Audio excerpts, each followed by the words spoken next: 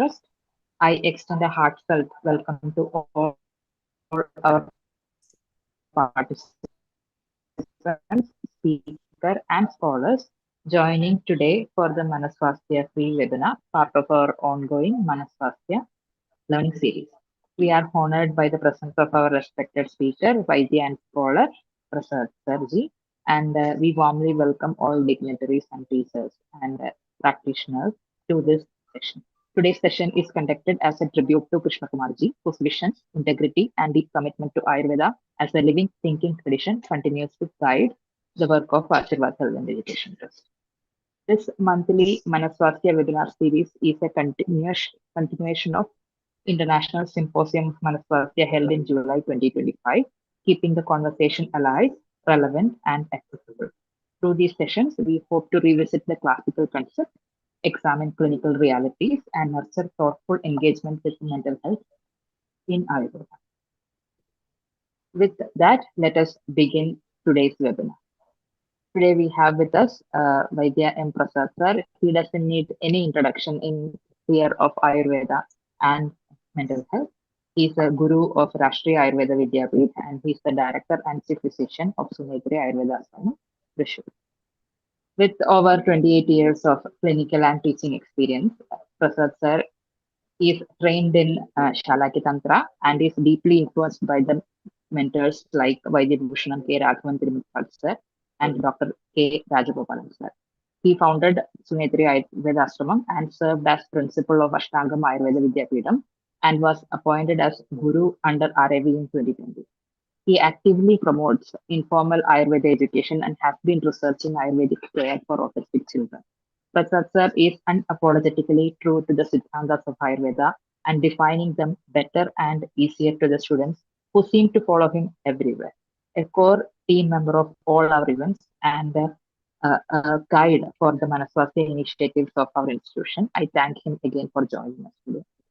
So today's topic is Agni, Ojas, and Manas, the Trinity of Manasvastya. Sir, I welcome you to the session. Thank you for joining. Namaste to one and all, especially most respected Malaji and my dear friends with the organizing team, Ashirvad. And thank you very much, first of all, for having me on this wonderful platform. I cannot move forward without mentioning the fact that Malaji is the constant inspiration for speaking about Mana Svasthya. Whenever we meet, she was very much concerned about why we are talking more about Mana Svasthya. Ayurvedic people are always talking about Manoroga Samprapti, then prescriptions and everything. We are not working on the concept or the idea of Manasvastya. So that way, I think we were lucky enough to work together to conduct some programs in that line. And they were extraordinary homeworks for me. Especially, I'm working with autistic children and their parents for the last 24 or so years. So my orientation, by training, I am not into this field, but into Ayurveda in general and Shalakya Tantra in particular. But some way or the other, I am into this field. So I was trying to evolve a methodology, an approach, a program to understand the Manas as per the Ayurvedic perspective and the connection between Manas, Sharira. As we all know, the Manas in Ayurveda or Sharira in Ayurveda are not independent entities. Whenever we say Sharira, that means samanaska, satma, sendriya, sharira. They are inseparable.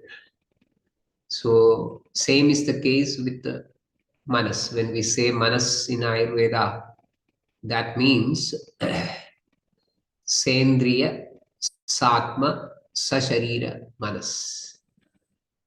They are not considered as separate entities, even though in a very technical sense they are explained that way. But for all practical purposes, they are inseparable, and we cannot discuss them in isolation. So this is one prologue which I would like to present before coming to the original topic of the day. I'm supposed to talk about Agni, Ojas, and Manas. For that, I'll be discussing the details, and just to support that discussion, I have come with a presentation, but that is not very, just to make some sort of a guideline, that's all. Anyway, I'm going to share that.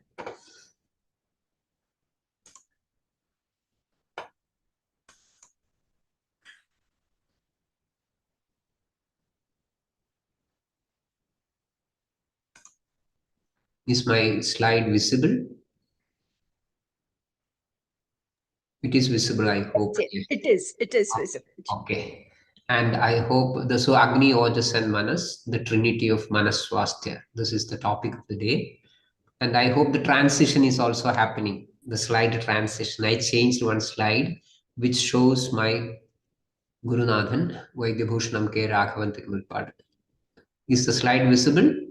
Yes, Ji, it is visible. Okay. So we slowly move forward. So we all know that the idea of Swasthya is very holistic in Ayurveda. Ayus is very holistic. The idea of Ayus is very holistic according to Ayurveda. Malaji always used to highlight the idea of Sukhayus and Hitayus, and she insisted on speaking about them loudly whenever we get a time or space. That highlights, and she herself came up with a wonderful work, a book in that regard. Anyway, I will not go to the details of Sukhayus and Hitayus in this presentation, but I will try to focus on the Trinity, which I was mentioning, Agni, Ojas, and Manas. We are on a strong foundation of the definition of Swasthya in Ayurveda. That is samadosha, samagnischa, samadhadu malakriya, prasannatmendriya mana, swastha ityabhidhiyate. So that second half, we find them together. Prasannatmendriya mana. So that is one unit. And in the first line, with various considerations, we find the Sharira. So these two lines which define Swasthya gives how closely interconnected or how inseparable or how unified they are. First line with the, so the samadosha, samagnischa, samadhadu malakriya. That shows the Sharira in a very physical plane. Prasannatmendriya mana shows the other side. They are not separable. They are put together. Now, when we speak about Mana Svasthya, the health of the mind, just for the sake of the context, we are taking one piece from it and trying to see it from a complete view, from a whole, not from the part, but from the whole. And when we are making such an attempt, it is very, very important to recognize that Manasvastya to the core is not merely a matter of individual behavior or internal psychology. Mind functions within a living system and is shaped across multiple planes of life. That is what is shown in this slide. First, there is a Vayaktika plane, the personal dimension. This includes processes such as Agni, that is where we are focusing today, one of the trinities. Agni, the transformative capacity of the organism. Then Bala, supported by Ojas, which sustains vitality and internal stability. The functional state of Manas, patterns of living, which we otherwise call as Vihara, and the mind's capacity to regulate and direct itself. So there are multiple things in the plane or domain of Vayaktika aspect itself. And these processes are not isolated, because the body and mind, as I mentioned earlier, function as a closely interconnected unit. Now there is an interpersonal plane for Manasvasthyam, where the relationships, emotional security, human connections, etc., shape the mental or Manasvasthya. Now beyond that, the third one is the societal plane, where larger conditions such as social stability, livelihood, war in the present context especially, displacement, famine, many such things influence the mental life or the mano vyavahara. Actually, each of these deserves careful exploration. But however, in today's session, in the present context, we will focus on the Vayaktika dimension and explore the foundations of Manasvasthya through that lens. That is significant because whether it is Vayaktika, whether it is interpersonal, whether societal, ultimately I think the Swasthya should manifest in the level of individuals.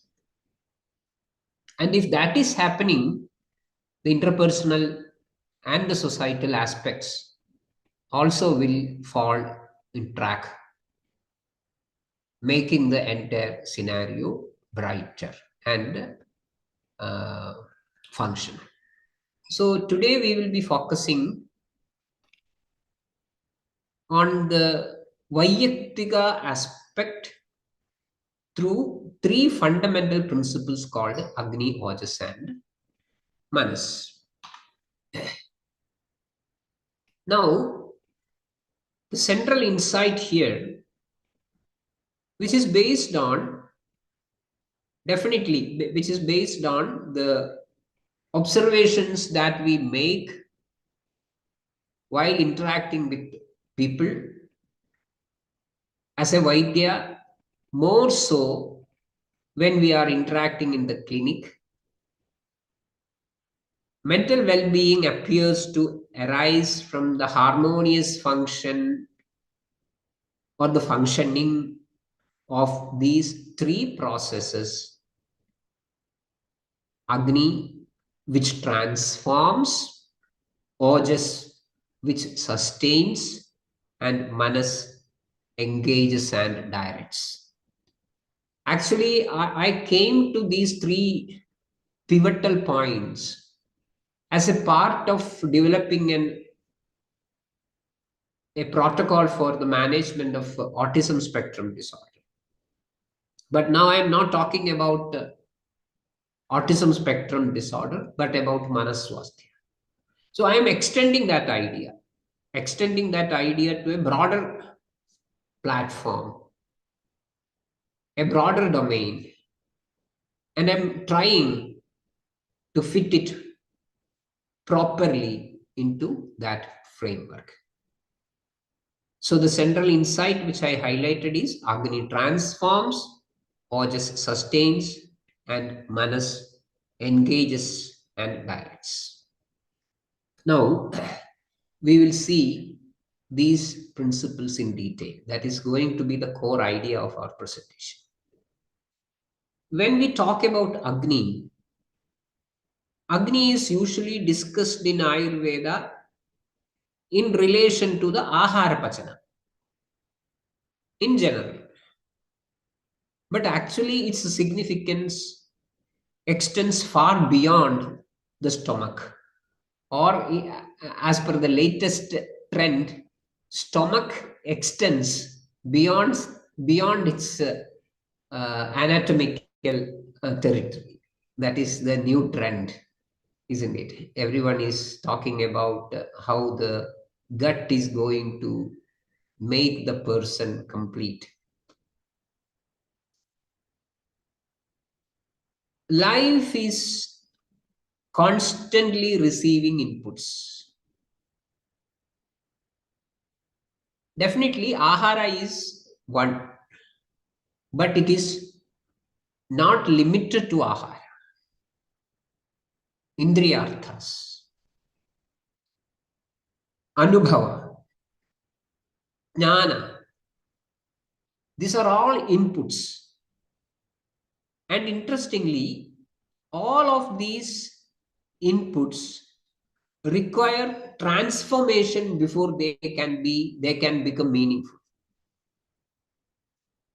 This is very, very important. Whenever we say about Agni, we tend to connect the whole idea with Ahara Pachanam alone. It is not so. Wherever there is transformation, there is Agni.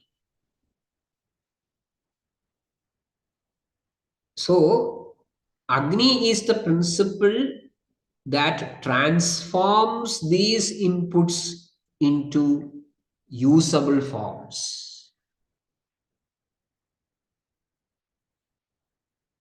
When Agni functions harmoniously, nourishment becomes efficient, obviously.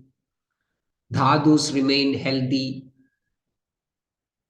And the organism functions with clarity and coordination, a state of samyak pravritti. Samyak is the most favorable, most acceptable word in Ayurveda. So a samyak pravritti. So all those inputs are covered here. And from the perspective of Mana Svasthya, balanced Agni supports clarity of perception, alertness of manas, stability of cognitive processing. Clarity of perception, alertness of manas, and stability of cognitive processing. Thus, Agni provides the clarity through which life becomes intelligible. Agni provides the clarity through which life becomes intelligible. We have many interesting situations in our history or in our literature, in our scriptures. Everything is supposed to be a dedication to Agni. And an intelligent person's primary responsibility itself is considered as maintain the Agni. Everything is a samarpanam. Idam agnaye swaha. Idam na mama. This is not for me. So Agni provides the clarity through which the life becomes intelligible. We can get many real life examples for this from simple things, which are going to be the important practical aspects of these ideas. After a heavy, poorly digested meal, everybody can experience that the mind becomes dull and lethargic. And after a light, well-digested meal, clarity returns. Such simple experiences remind us that mental clarity often begins with the harmony of the processes of pachana in all its senses, meanings. Now the second one is ojas.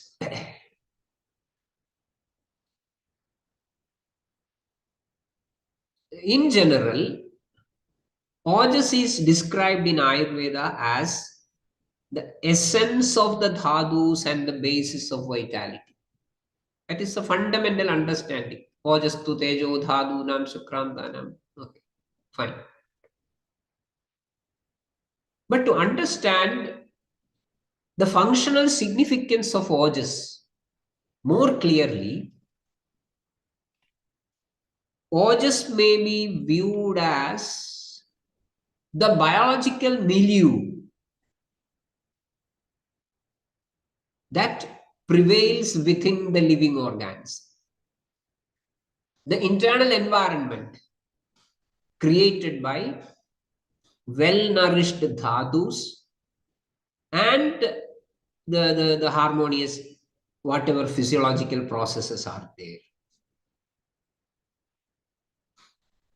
So ojas is the principle of sustaining the living milieu.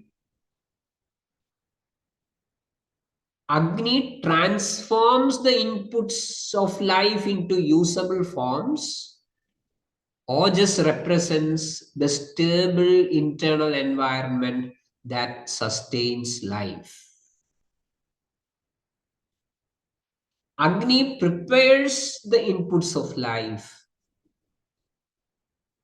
Ojas preserves the field in which that life continues.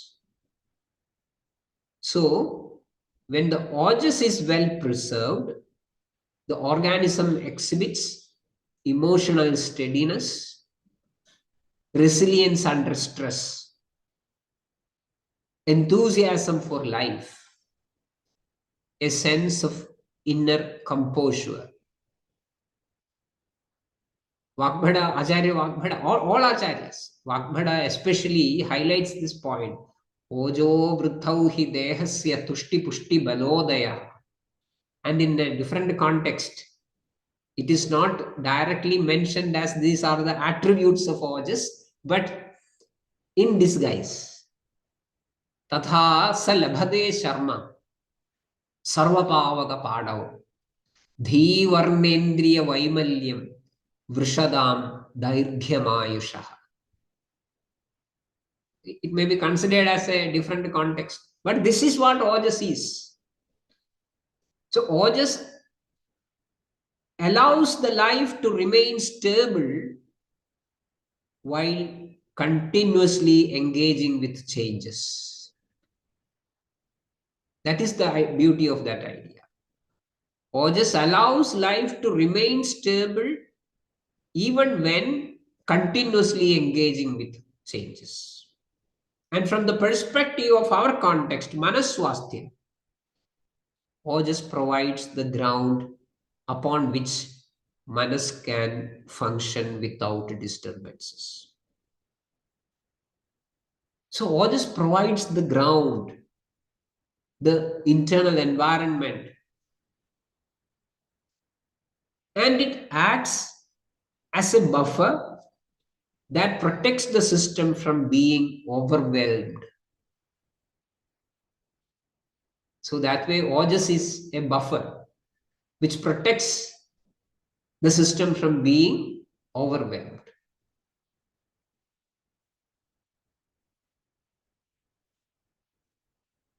however refined one's buddhi may be, if ojas does not sustain the internal milieu,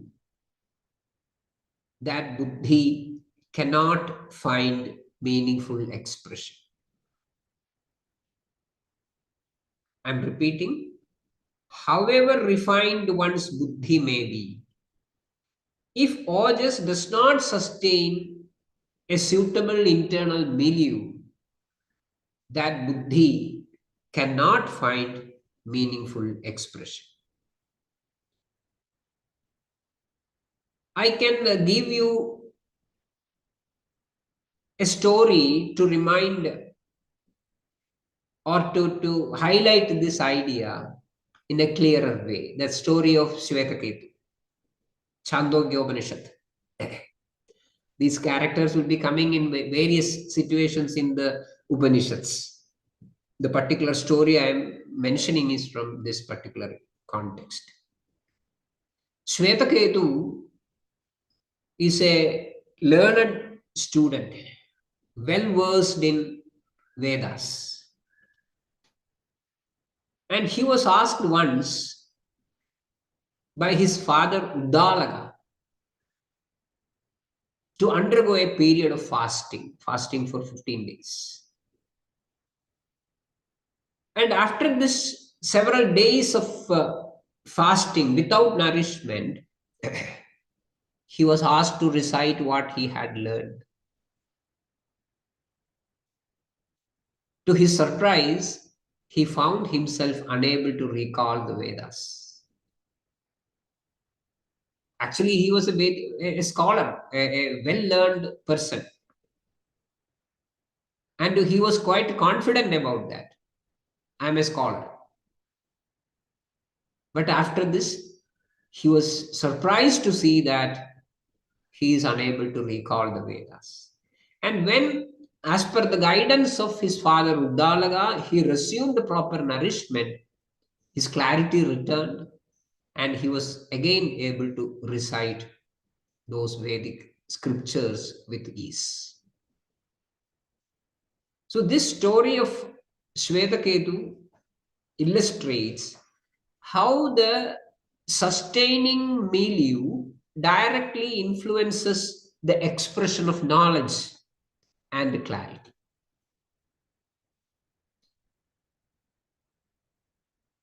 Again, forget about Shvetaketu. Take our own experiences.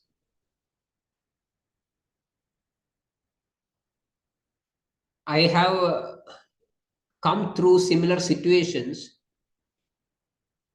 innumerable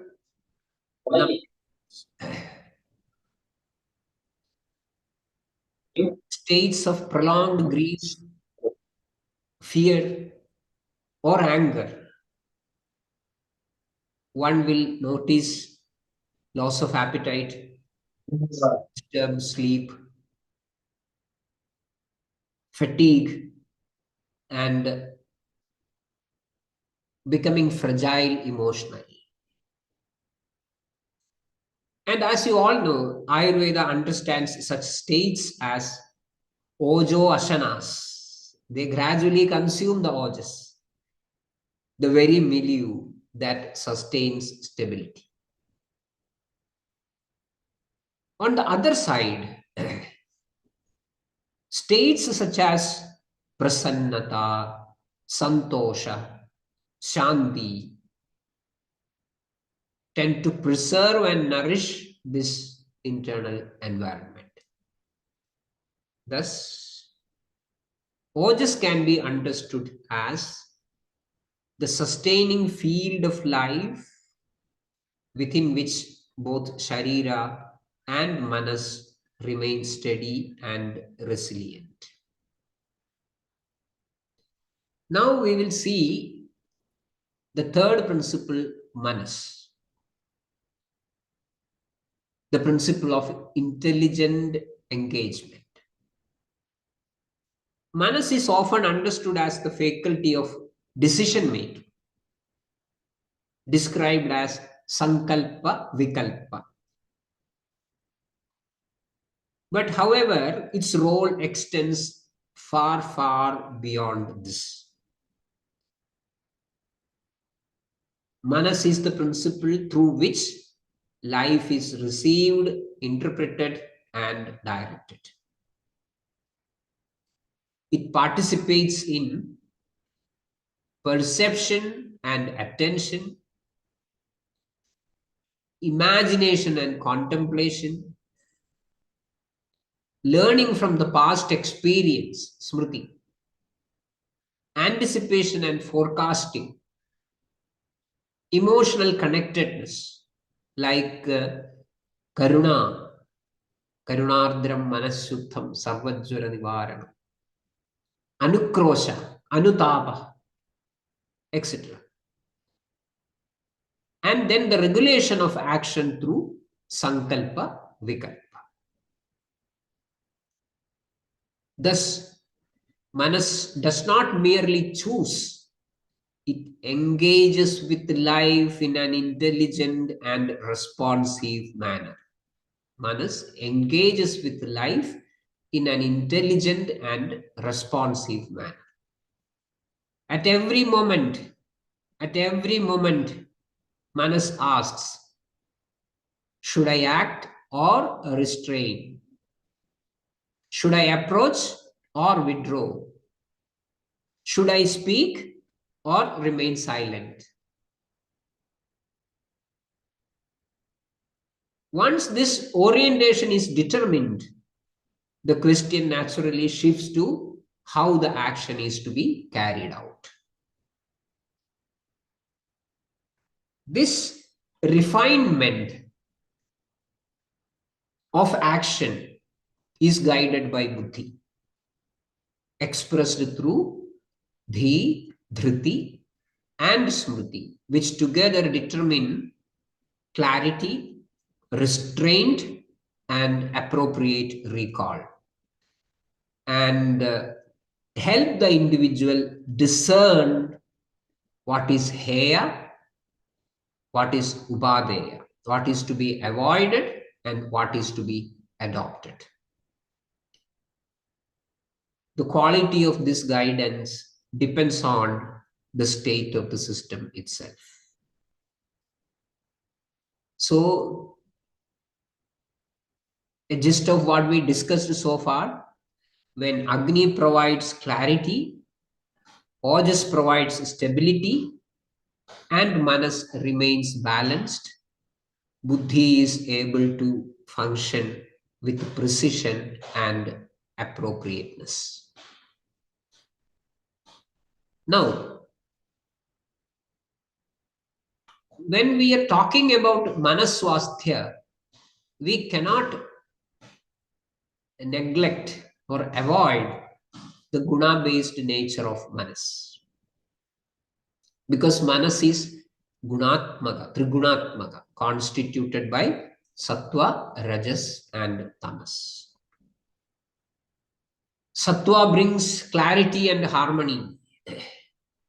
Rajas enables activity and engagement. And tamas provides stability and grounding. I am mentioning the positive attributes of these three gunas.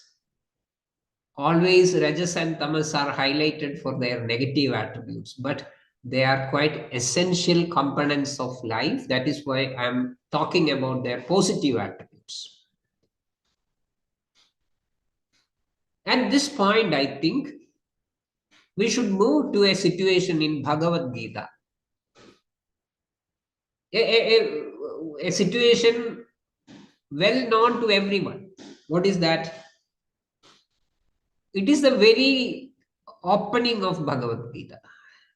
Arjuna, a highly skilled and accomplished warrior, stands on the battlefield fully prepared. Senayor Ubhayor Madhye, that made the situation completely upside down. In a moment, he becomes overwhelmed by shoka and moha. His clarity diminishes. His resolve weakens. And he finds himself unable to act. That is the twisting point there. Actually, this was not due to the lack of knowledge or lack of skill. From an Ayurvedic perspective, it is a disturbance at the level of manas, where tamas begins to dominate, obscuring sattva, affecting the functioning of buddhi. In such a state, even though the capacity exists, it fails to find proper expression. The capacity fails to express itself. Mental well-being does not arise by eliminating rajas or tamas, but by bringing them under the governance of sattva. I repeat, mental well-being does not arise by eliminating rajas and tamas, but by bringing them under the governance of sattva. When this balance is maintained, manas expresses clarity, steadiness, appropriate responsiveness, meaningful engagement with life. So this Arjuna story is very, very important, an eye-opener in this regard. He was such a strong, skilled, efficient warrior. But standing between the two forces,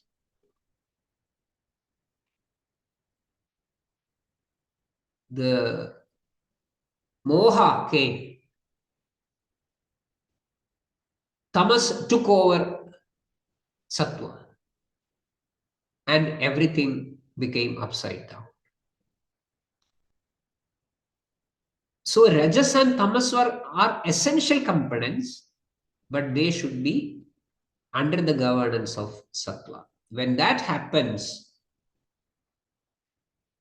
manas expresses itself with clarity, steadiness, appropriate responsiveness, meaningful engagement with life. Now, this I already explained. Now, regarding the Mana Svasthya, we can find some indicators. How can we say that somebody is in Mana Svasthya? And these indicators are based on the functioning levels of Agni, Ojas, and Manas. Number one, Indriya Prasada, clarity of perception. This is very, very important, especially in our present context. Because as we all know,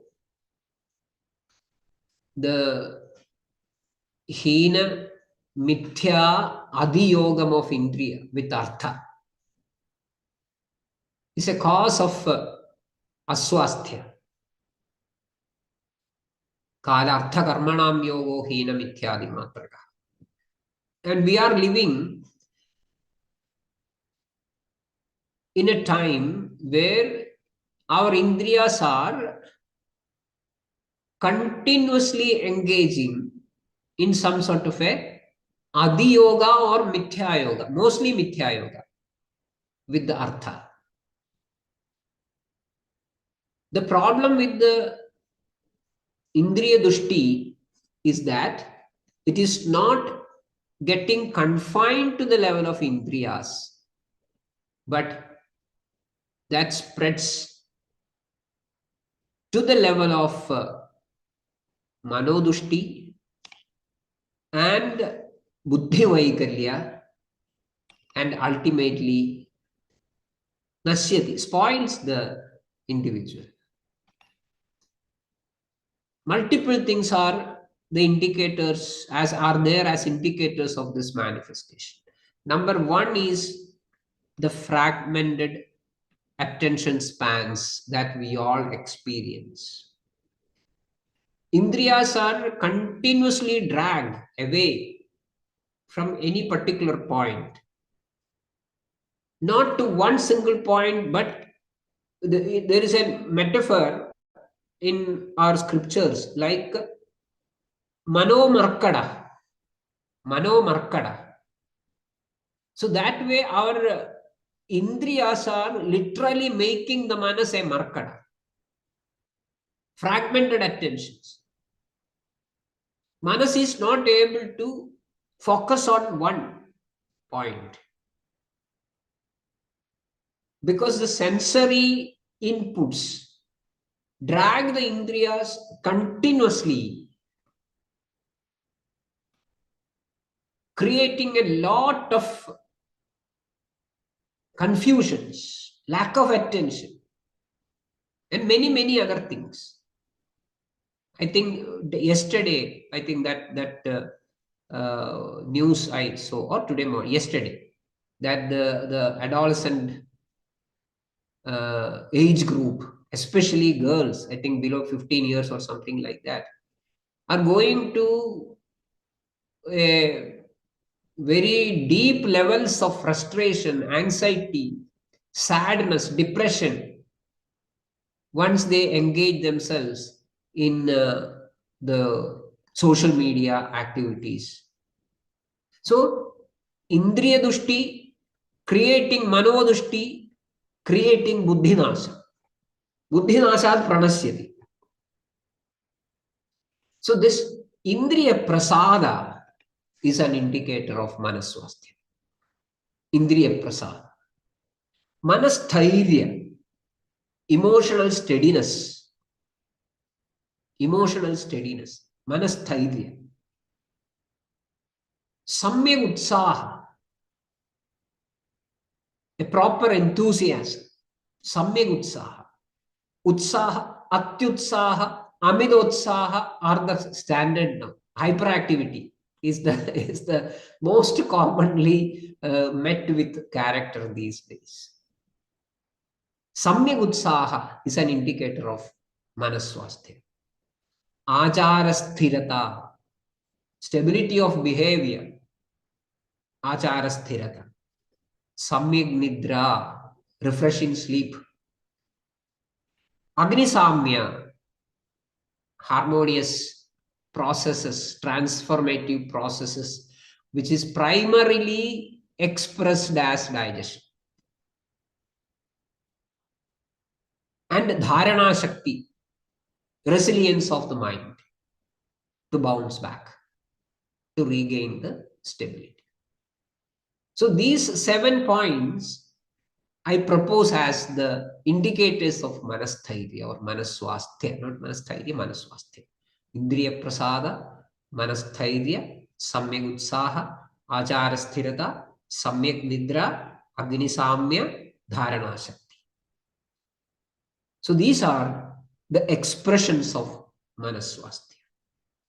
Now, having said that, we should not neglect the role of Vihara, because the Vihara can regulate this triad of Agni, Ojas, and Manas.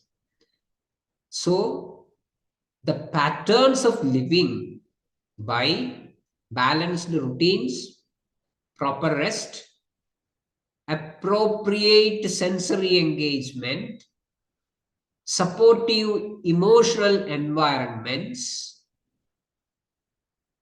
they help maintaining the stability of Agni, Ojas, and thereby enabling Manas to function harmoniously.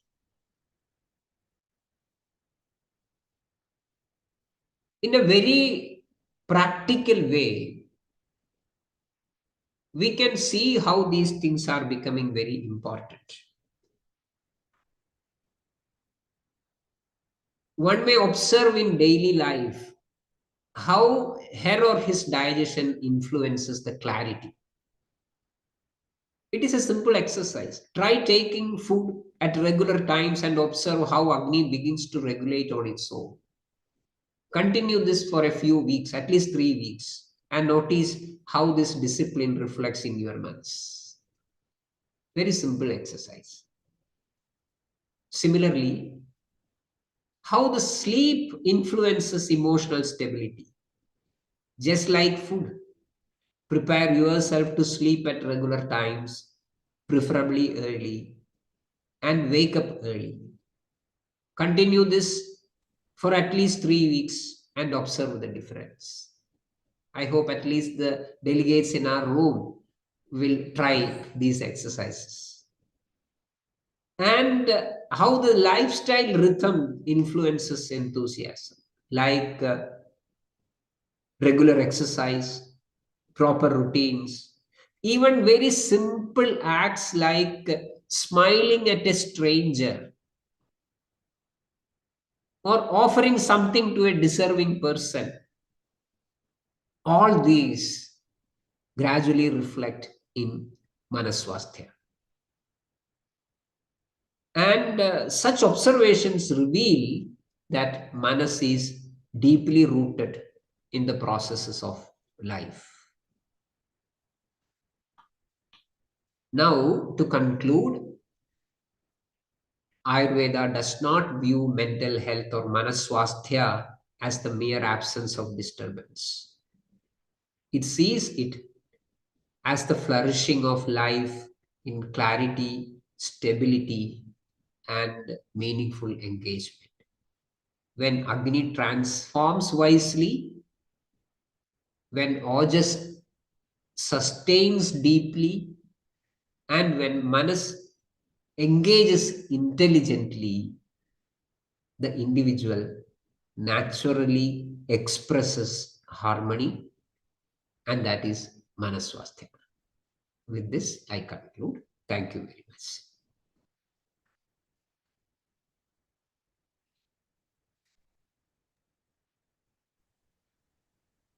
Bahu dhanyawad. Excellent, Dr. Prasad. Thank you, Malaji. Thank you very much. I'm Sir, so very excellently concluded. Malaji, please. No, I just wanted to thank Prasad ji, because he's one of those few Vaidyas who could really understand what I was talking about when I said Mana Svasthya. We have A.R.V. Murthy sir here, we have Ashish here. They are also on the same path. But the clarity with which Prasad ji has explained this is amazing. Looks very simple, but actually this is the foundation of Mana Svasthya. Shrija, do we have, I think, 10 minutes for Q&A if anyone has any questions or comments? Oh, we have Divya also here. Yes. Anybody has any questions? Please raise your hand and I will unmute you. You can also be part of this conversation. It need not be a question. I think sir explained it so well that there is no question inside what he explained, but to contribute to this talk, please.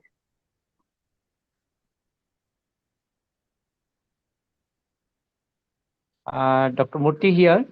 Prasad, it was really wonderful. I'm really happy that I could join and I enjoyed the whole 45 minutes of your Thank you, sir. expressions. It was really wonderful. So much of clarity that you brought into these three aspects of Ojas, mind, and Agni.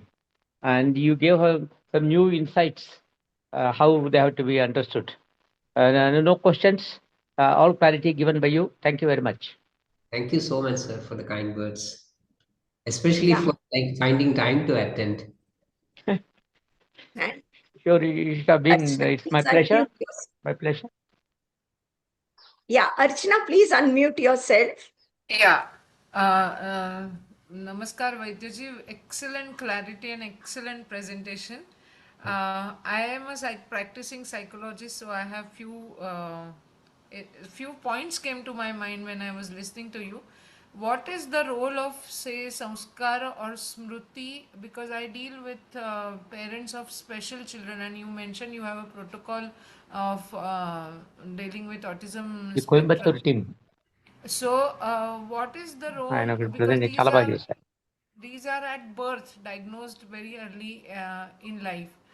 So, what is the role of smruti or sanskara when a child is diagnosed with something like, say, autism or Downs or anything that is in quotes special needs children? Yeah, that is a very wonderful point and wonderful question or point of discussion point.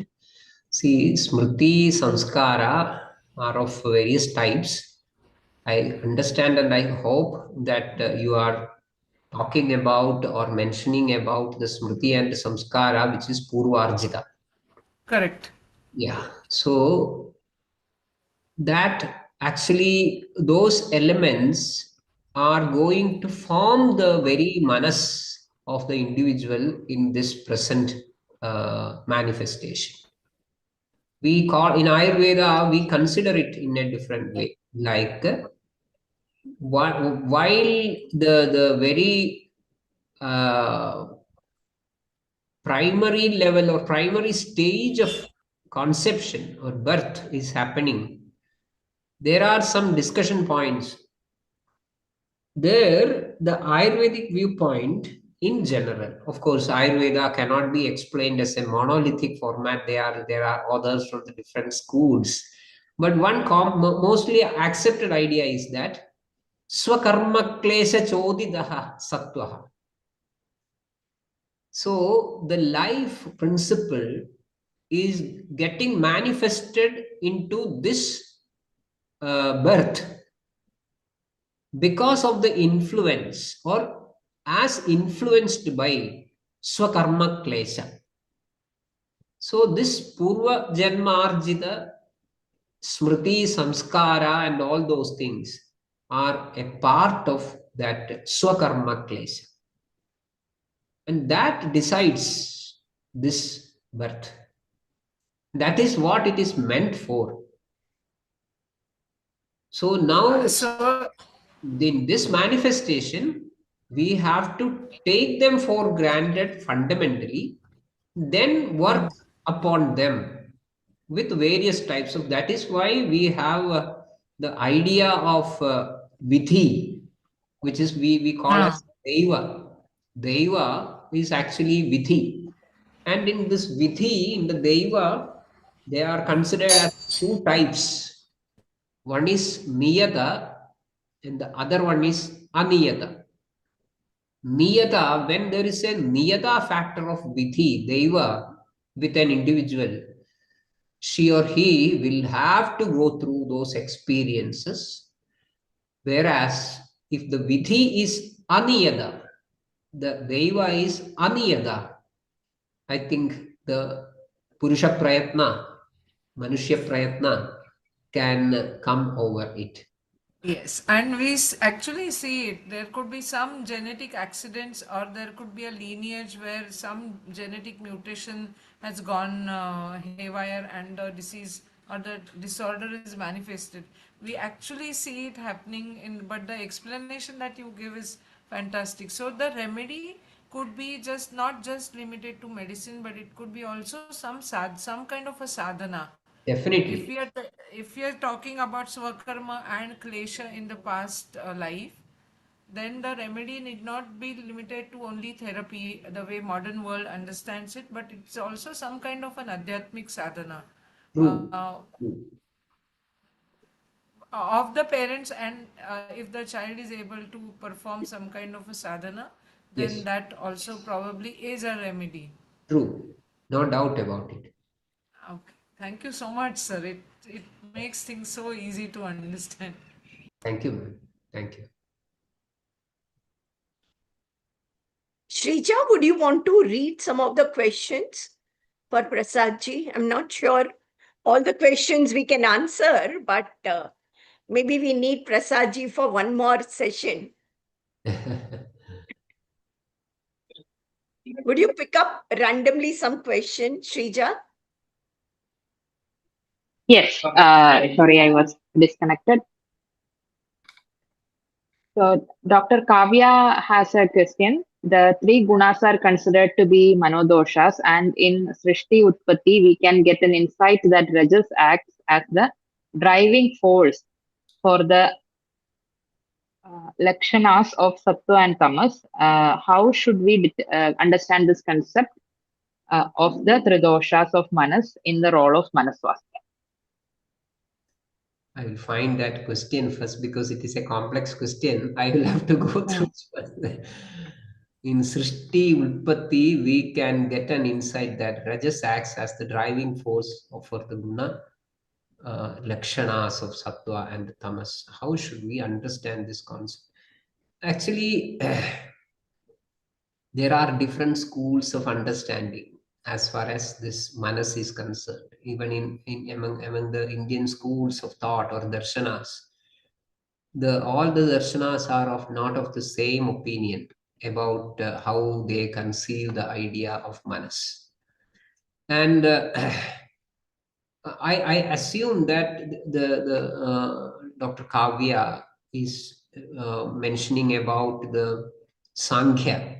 That is what I assume, where this Rajas or the Rajasiga Buddhi or the Rajasiga Ahankaram is going to be contributory for very, very critically contributory for the evolution of all other things.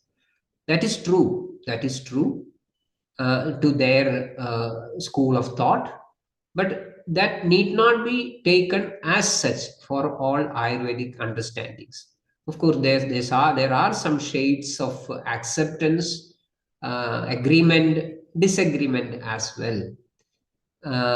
So coming to the tridoshas of manas, that is where the entire trick comes.